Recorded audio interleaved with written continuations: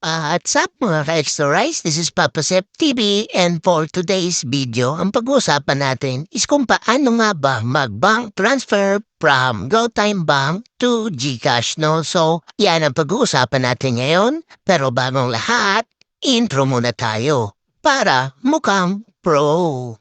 Subscribe now and press the bell icon. Never miss an update.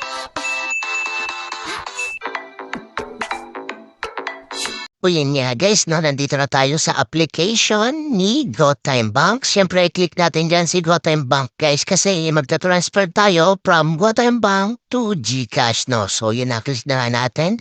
At antayin lang natin maglo-loading at maglalagay tayo dito ng passcode or PIN number natin kay GoTime Bank, no. So, andito na nga tayo sa dashboard ni GoTime Bank. Kung nakikita nyo, ang balance natin dyan guys is 158.50 pesos, no? So, first guys, syempre, click nyo dyan guys, si transfer or si send, no? So, nasa gitna lang naman, lagyan ko na lang ng arrow. So, click send na lang.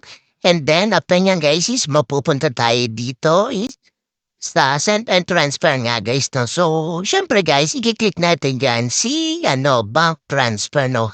So kung nakikita niyo yung previous transaction natin, no? So gamit naman natin si PayMaya kung paano mag-transfer from GoTime Bank to PayMaya, no? So yun yung tutorial natin last time, no? So ngayon naman guys, ang tutorial natin is si GoTime Bank to GCash naman, no? So click lang natin si bank transfer or si other bank guys, no? So click nyo lang yan sa taas at eto na nga guys, no? So kung naipapansin nyo is makikita mo kagad yan si GCash, no? So yung G-Exchange guys, no? So yan, click lang natin yan si G-Exchange or which GCash. At syempre guys, ilalagay natin na amount dito is 50 pesos, no? So lagay natin. And kung napapansin nyo guys is ang transaction na is via InstaPay, no? So free siya guys, no? Wala siyang charge at free siya mag-transact. Kaya din guys, kay PayMaya is free din siya, no? So gamit din natin si InstaPay. Walang charge yan guys ko kahit piso. Walang charge si InstaPay, no? So ito yung kinagandahan kay GoTime Bank, no? Kasi kay PayMaya tsaka GCash kapag i-transfer kayo guys is may transfer fee na 15 pesos, no? So dito kay GoTime Bank guys, kapag ni-transfer ka sa other bank is libre siya. Wala siyang fee, no? Wala siyang charge. So naklik na natin yung amount and click OK nyo lang, no? So lalagay natin dyan yung account number natin and yung account name. And kung gusto nyo mag-note guys, is lagyan nyo na din ng note, no?